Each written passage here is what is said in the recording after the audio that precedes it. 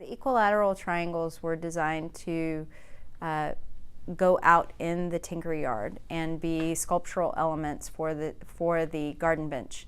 The garden bench is very structurally sound and does what it needs to do, but it needs to relate more to what the other elements of the tinker yard. And the equilateral red triangles are a big part of that. So the lesson today having to do with the equilateral triangles was primarily designed to tell them how you make an equilateral triangle and that you need to pay attention to the length of the sides and the angles themselves. That's how you get an equilateral triangle. And the next step would be then to measure out the sections, get the angles correctly positioned, and make the cuts, and then screw the pieces together. Boys and girls, what we're going to do today is we're going to talk a little bit about triangles. Raise your hand if you know what a triangle looks like. Oh, I'm so happy you know what a triangle looks like. All right, show me that you're ready. Now, Mr. Mather happens to be holding one in his hand. It's nice to work in a place where I have visuals to share with you. And this is one that we have made in advance of our conversation today. And it's a special type of triangle. But first, let's talk about some qualities of triangles before we get started. Who can tell me, Josh, how many sides are there to a triangle?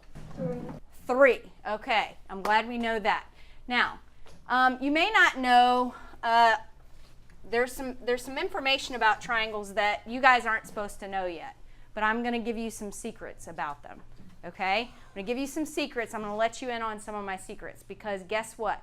Yes, I see I've got a poster about triangles in here. You guys didn't know this, but this is also math class, right? Yes, okay. Yep. We learn math in here too. STEAM is by nature integrated, and the students benefit when all of the parts play nicely together. In the real world, at least my advisory board members tell me that in the real world, when you go to do a project, if you're an architect or you're a shoe designer and you're designing something, you don't say, oh, I'm going to do the math part today. When you get to the measurement portion for your shoe, you have to do the math part, you know, and all the parts come together, and it's not segmented out. It's very, for lack of a better word, integrated. And that's what I want our students to see, that they're learning all of the things for a reason, and they're all going together to produce something, create something, to change the world, to make it a better place. Basically, we're learning a special type of math called geometry. I did not learn geometry until I was in 8th or 9th grade, and everybody made it into something really, really like I was going to be scared of, but I loved it. I absolutely loved it. And one of the things I loved about it is it was the math that was the easiest for me to actually put my hands on and understand. So I really, really liked it. But there are some things that you have to understand even when you can put your hands on the math. There's some things that you just have to accept. And one of those things is that triangles have angles. And it's actually in the word what's the second part? Angle. Okay. Now, what does tri mean? Biko? 3. Right, Biko. Okay. So how many angles are there? 3. Exactly. So we have 3 angles, and Joshua already told us there are 3 sides. Now, I want to ask you some questions here. This triangle here, I'm going to put here, and actually I'm going to zoom out just a little bit so we can see more of our, may have to move us up just a little bit here. That helps. Okay, and center us back up a little bit. Okay, so we've got this triangle here, and one of the things about triangles is not all triangles look exactly the same. It's another reason why I love geometry is because there's a lot of, let's change colors here. There's a lot of room for differences in the way that they look. Some can be long and skinny, okay? They can have different looks to them, okay? Now, why is this one different from this one, other than the fact that it's long and skinny? What's different about it? Tyler, real nice and loud. It's longer and bigger. It's longer? Okay, so can you give me a little bit more information? What parts of it are longer? The two sides are longer than the bottom one's short. That's exactly right. That's exactly right. Now, two of the sides are really, really long and one of them is short. So that's what causes that triangle to look a little bit different, okay? Now, there's also something that you guys aren't supposed to know quite about yet, and that's a word I didn't learn until I was a lot older than you, and that's a word called angles. And those are the measurements in between the lines. So everybody make an alligator mouth like that. You have just made an angle. Where your head is, nod your head, that's the angle, okay? Where your head is bobbing up and down, that's your angle. All right, show me that you're ready. So you have an understanding now of how many sides are in a triangle. You have an understanding of what an angle is. It's that space. It's a measurement of space. And Mr. Mather and I are here today to talk about a special type of triangle that we're going to use in the garden bench, a special type of triangle that we're going to use in the garden bench to actually add to, because we've already used it in the Tinker Yard a little bit in other places with other classes.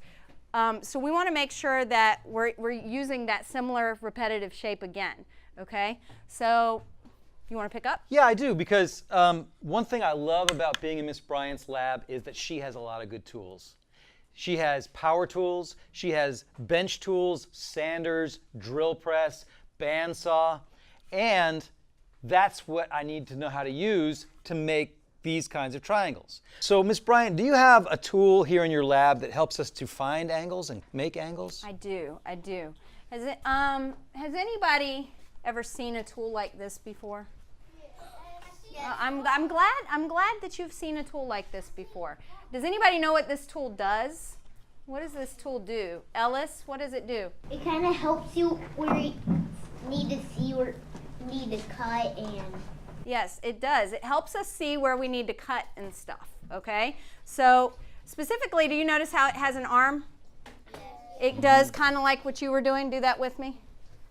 Does that, okay? It does the same thing. This little arm, and if you notice, look at the little center part here. What does that represent? What does that represent? That little center part right here, there's a little hole in it. I'm going to put it up on the screen so you can see it. Put I'm the going triangle to use back? my pink one. Okay. All right, so there's a little hole right there in the center. And I'll give you a hint. Your head, when it was bobbing up and down, you notice your head is the exact same shape. Okay? What does that represent? What does that represent? Elias? Angles. The angle, that's right, that's right.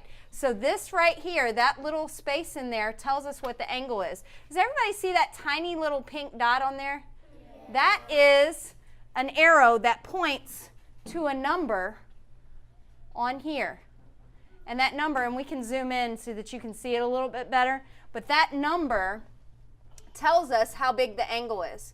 Now there's something else. I'm full of nuggets today that you're not supposed to know. And this one actually shows the numbers a little bit better. Oh, it will. You're right. Okay, so the numbers are on here. And there's something that you need to know, and I actually may need some help with this in just a second. So I want you to watch for me, okay? Watch, show me that you're ready real quick. Because we're going to do some body movement in just a second. Show me that you're ready, please. Thank you. All right, so what we are going to do is we're going to learn about how many degrees are in a triangle, okay? You've heard me when you're in line. We're lined up in the hallway and I say turn 180 degrees. I had to explain to you what that means. What does that mean, Joshua, when I say turn 180 degrees? Turn around, okay? Now, I'm going to blow your mind here for a second.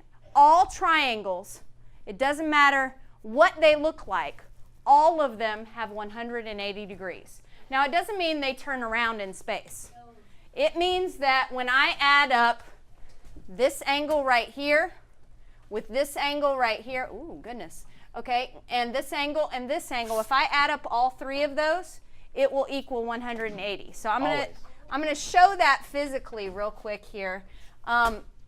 So this is A, we're gonna call it A, this is B, and this is C. Okay? If I add up angle A plus angle B plus angle C, it's going to equal what? What's it going to equal? Susanna? 180. Yes, ma'am. 180. All right, Susanna. Every single time. Now, and that's something that you just have to know. You just have to learn that. Now, I've got a hypothetical situation for you. Hypothetical means if this happens, what's going to happen? Okay? So let's say that angle A is 10 degrees. Angle B, and we put a little circle beside it, that means degrees, okay? Angle B is 90 degrees. What is angle C if it is 180? I need to know who my genius folk are in here. Who are my genius folks? Myron, what do you think the answer is? 60. 60, okay. That's a good guess. On Georgia Milestones, you have to explain your answer in your math portion. So could you give me why you think that? Explain to me in a couple sentences. Because I think 10 plus 90 plus 60 equals 180. Okay, his thinking, his logic is correct. What he's doing in his head is he's adding that together plus that to get 180. The problem is his math's not quite right. So if he was in my class, I would have given him half points for that answer because his logic is right, but we need to get our math right. So let's see here. Maya, help me out with the math. 80. 80. Now, Because 90 plus 10 is 100, and 180 is 100 plus 80. that's exactly right. So what you guys just did, you may have heard this complicated math before, is called algebra. You just did algebra. Give yourself a pat on the back. The level of rigor for the lesson today is something that you probably would find in a high school geometry class or an algebra class in terms of the type of math that was involved and the fact that it was real world makes the kids want to learn it. If they know that it is going to be used for something and that they need to know this math skill in particular, it makes it a more powerful, there's nothing more motivating than knowing that you have to know this math thing before you get to use this power saw to cut this thing out. And I find that by and large, students will learn measurement, they'll learn fractions, they'll learn geometry, they'll learn algebra, just so that they get to do this real world thing. Show me that you're ready. Now, we're going to talk about why you need to know this, because there is a reason why you need to know this. Okay, so this triangle here, can anybody notice something about all the sides on this triangle? What's unique about this triangle, and it's very different from this one? What's Nia? Go ahead, darling. They all have the same length on each side. That's right. Now, if a triangle has all the same length here, what can we tell is going on about the angles? Okay, what can we tell about the angles? Sam? All the angles are the same. That's right. All the angles are the same also. Good, Sam. That is very good. Now, Mr. Mather, what's a triangle called where all of them are the same? Academic rigor is very important to this program and to the curriculum as a whole here. I've done a lot of work with vertical alignment and making sure that content-wise we are where we need to be for each grade level in terms of looking at what their standards that they're covering in first grade, looking at the standards that they're covering in math, science, social studies, in language arts, all of the different standards, and making sure that I'm helping with those other content areas in this particular class so that it's not done in isolation, and the kids can then see the ways that the standards that they're learning in science class are actually applied here. And I think that that's important in terms of, once again, the kids seeing the real world connections, but also in terms of them seeing value in what they're learning in the classroom.